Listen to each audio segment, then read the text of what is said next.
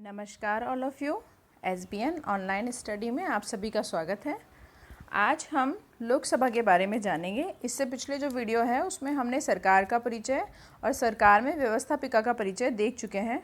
अब हम व्यवस्थापिका का ही एक अंग है लोकसभा, जिसके बारे में जानेंगे कि क्या उसकी निर्वाचन पद्धति है, उसकी सदस्य संख्या कितनी होती है, उसमें उसके लिए लोकसभा सदस्य बनने के लिए योग्यताएं क्या क्या होनी चाहिए, उसका कार्यकाल कितना होता है, अधिवेशन की क्या प्रोसेस है, अधिकारी उसमें कौन कौन होते हैं, इस बारे में हम जानेंगे।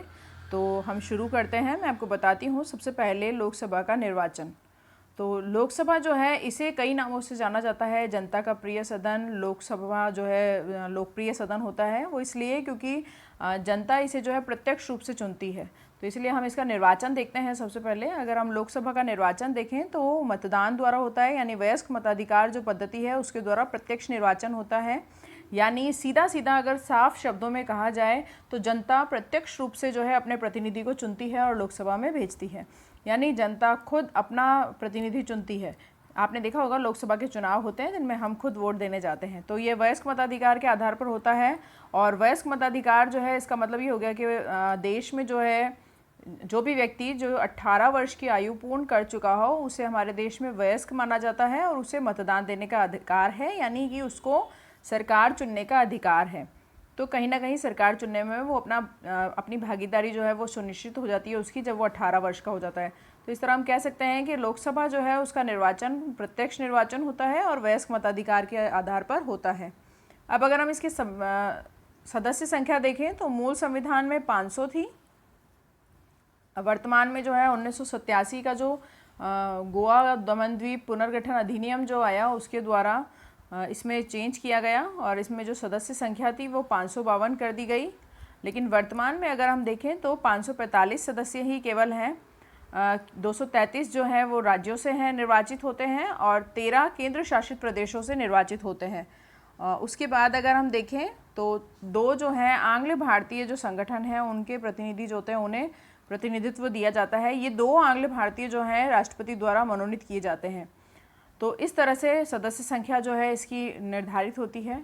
अब अगर हम देखें तो लोकसभा का चुनाव लड़ने के लिए एक व्यक्ति को कुछ योग्यताएं जो है वो पूरी करनी पड़ती हैं। तो वो योग्यताएं हम देखते हैं कि कौन कौन सी योग्यताएं हैं जो होना बहुत आवश्यक है यदि उसे लोकसभा का सदस्य बनना है।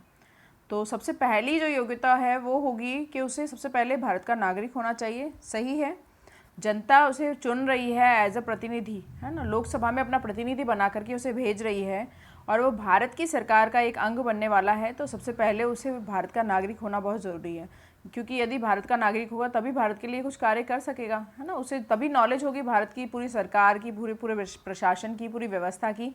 तो इसलिए सबसे पहली योग्यता है कि वो भारत का नागरिक होना चाहिए। दूसरा अगर हम देखें तो वो 25 वर्ष की आयु जो है पूर्ण कर चुका हो, यानी 25 वर्ष उसकी आयु हो चुकी हो। यदि वह 25 वर्ष का है तो वो लोकसभा चुनाव के लिए लोकसभा चुनाव में भाग ले सकता है।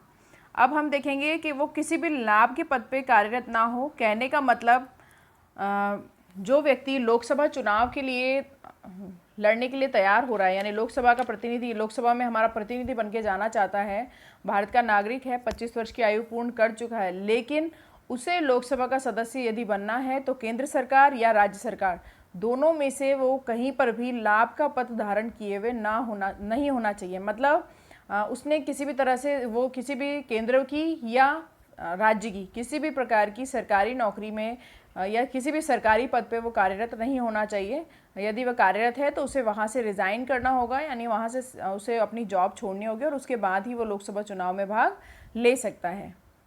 उसके आगे अगर हम देखें तो चौथी योग्यता है कि वो किसी भी संस्था के द्वारा पागल या दिवालिया घोषित ना किया गया हो। सीधी सी बात है, किसी भी संस्था ने अब तक जो है उस व्यक्ति को पागल या दिवालिया घोषित ना किया हो, तभी वो जो है भारत की लोकसभा में मतलब लोकसभा के निर्वाचन में भाग ले सकता है। तो इस तरह से हम देखते हैं कि कुछ योग्यताएं हैं जो होना बहुत आवश्यक है व्यक्ति के अंदर अगर उसे लोकसभा के चुनाव लड़ने हैं।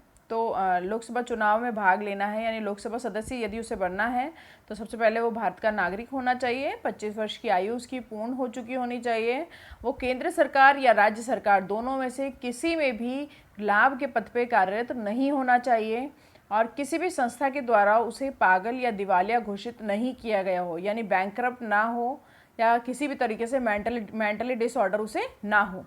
अब हम देखते हैं इसका कार्यकाल। तो सामान्य तौर पे अगर हम देखें तो जो लोकसभा है इसका कार्यकाल 5 वर्ष का होता है, यानी जब हम निर्वाचन में भाग लेते हैं, हम जब मतदान करते हैं तो 5 वर्ष के लिए सरकार चुनते हैं। लेकिन ऐसा नहीं है कि वो 5 वर्ष तक बने रहे ज़रूरी है। यदि प्रधानमंत्री को ऐसा आभास होता है कि लोकसभा अपना कार्य ठीक से नहीं कर रही है तो वो राष्ट्रपति को परामर्श दे करके लोकसभा को भंग करवा सकता है, यानी राष्ट्रपति जो है वो प्रधानमंत्री के परामर्श से लोकसभा को भंग कर सकता है। और ऐसा अब तक भारत में जो है 9 बार हो भी चुका है, यानी 9 बार लोकसभा भंग हो चुकी है। और ऐसा भी नहीं है कि लोकसभा का कार्यकाल 5 वर्ष ही रहे, निश्चित है नहीं। अगर कभी आपातकाल की स्थिति चल रही है तो ऐसी स्थिति में लोकसभा के कार्यकाल को बढ़ाया भी जा सकता है। अब हम देखते हैं इसके अधिवेशन। तो अधिवेशन के बारे में हम देखते हैं कि जो तथ्य है, लोकसभा और राज्यसभा दोनों का जो अधिवेशन होता है उनकी अध्यक्षता राष्ट्रपति करते हैं, यानी दोनों का जब संयुक्त अधिवेशन होता है तो राष्ट्रपति उसकी अध्यक्षता करते हैं। यहाँ जो है केवल एक ही शर्त जो है अधिवेशनों के लिए लागू होती है, और वो है कि जब लोकसभा और राज्यसभा का जो अधिवेशन होने वाला है तो 2 अधिवेशनों के बीच में 6 माह से ज़्यादा का अंतर नहीं होना चाहिए, यानी 6 माह के अंदर अंदर दूसरा अधिवेशन हो जाना चाहिए। ज़्यादा समय का अंतराल जो है अधिवेशनों के मध्य नहीं रखा जाता है। उसके बाद हम इसके अधिकारी देखेंगे। तो लोकसभा में जो है अगर हम अधिकारी देखें तो 2 अधिकारी होते हैं, एक अध्यक्ष और एक उपाध्यक्ष। दोनों ही, यानी अध्यक्ष को भी लोकसभा सदस्य जो हैं वो अपने में से ही चुन करके लोकसभा अध्यक्ष बनाते हैं, और एक व्यक्ति को अपने ही सदस्यों में से चुन करके लोकसभा का उपाध्यक्ष बनाते हैं। लोकसभा अध्यक्ष जो है उसे स्पीकर के रूप में जाना जाता है, और वो बहुत सारे कार्यों का संचालन करता है जिनके बारे में हम आगे पढ़ेंगे। तो अभी फ़िलहाल जो है मैं बता देती हूँ आपको कि एक अध्यक्ष और एक उपाध्यक्ष होता है जो अपना अपना कार्य संचालन करते हैं। यानी वैसे जो है लोकसभा की जो नॉर्मल बैठकें होती हैं, सामान्य बैठकें होती हैं, उन बैठकों में अध्यक्ष करता है। अध्यक्ष की अनुपस्थिति में उपाध्यक्ष जो है उसकी अध्यक्षता करता है। तो एक बार वापस हम देख लेते हैं लोकसभा जो है किस प्रकार से कार्य करती है या क्या उसका प्रोसेस है। तो हम देखते हैं लोकसभा जो है उसका निर्वाचन प्रत्यक्ष निर्वाचन होता है, वयस्क मताधिकार के द्वारा जो है मतदान होता है, और उस मतदान प्रणाली के द्वारा लोकसभा सदस्य का चुनाव किया जाता है। इसमें सदस्य संख्या जो है वो मूल संविधान में 500 थी, और बाद में उसको बड़ा करके 552 कर दिया गया 1987 में गोवा दमन द्वीप पुनर्गठन अधिनियम के द्वारा। उसके बाद हम देखते हैं कि वर्तमान में जो सदस्य संख्या है लोकसभा की वो 545 है। 233 राज्यों से निर्वाचित होकर के आते हैं, 13 केंद्र शासित प्रदेशों से निर्वाचित होकर आते हैं, और 2 आंग्ल भारतीय जो हैं उन सदस्यों को राष्ट्रपति द्वारा मनोनीत किया जाता है। उसके बाद कुछ योग्यताएं होना आवश्यक है। तो वो योग्यताएं हम देखते हैं। सबसे पहले जो सदस्य है जो कि लोकसभा का सदस्य बनना चाहता है वो भारत का नागरिक हो, 25 वर्ष की आयु वो पूर्ण कर चुका हो, वो किसी भी लाभ के पद पे कार्य नहीं कर रहा हो, यानी केंद्र सरकार हो चाहे राज्य सरकार हो, दोनों में से किसी पर भी किसी भी क्षेत्र में वो लाभ के पद पे कार्यरत ना कर रहा हो, यानी कार्यरत ना रहा हो। उसके अलावा हम देखें किसी भी संस्था द्वारा वो पागल या दिवालिया घोषित ना किया गया हो, यानी कैसे भी जो है बैंकरप्ट या मेंटली डिसऑर्डर जो है उसको कोई ना हो। उसके बाद हम देखेंगे उसका कार्यकाल। तो सामान्य तौर पे जो लोकसभा है उसका कार्यकाल 5 वर्ष का होता है, लेकिन प्रधानमंत्री जो है वो अपने परामर्श से राष्ट्रपति को ये कह सकता है कि वो लोकसभा को भंग कर दे, यानी जब प्रधानमंत्री को ऐसा प्रतीत हो या ऐसा आभास हो कि लोकसभा अपना कार्य जनता के हित में नहीं कर रही है, या जनता के हित में जो कार्य है उसका सहयोग नहीं कर रही है, या लोकसभा अपना कार्य ठीक से नहीं कर रही है, तो ऐसी स्थिति में प्रधानमंत्री राष्ट्रपति को परामर्श देकर के लोकसभा को भंग करवा सकता है। और ऐसा अब तक भारत में जो है 9 बार हो भी चुका है, यानी 9 बार हमारी लोकसभा जो है वो भंग हो चुकी है। उसके बाद हम देखते हैं अधिवेशन। तो लोकसभा और राज्यसभा जो है दोनों का संयुक्त अधिवेशन जो होता है उसकी अध्यक्षता राष्ट्रपति करता है, और जब अलग अलग होता है तो इनके अपने सभापति और अध्यक्ष होते हैं जो इनकी अध्यक्षता करते हैं। उसके अलावा अगर हम देखें तो इसमें केवल एक शर्त लागू होती है इसके अधिवेशनों के लिए, और वो ये है कि इसके जो 2 अधिवेशन होते हैं उन अधिवेशनों के मध्य, यानी अधिवेशन पूरे 5 वर्षों में अधिवेशन होते हैं, लेकिन 2 अधिवेशनों के मध्य 6 माह से अधिक का अंतराल नहीं होना चाहिए, यानी 6 माह से ज़्यादा का गैप नहीं होना चाहिए। मतलब 6 मंथ्स के अंदर अंदर इसकी मीटिंग होना बहुत ज़रूरी है।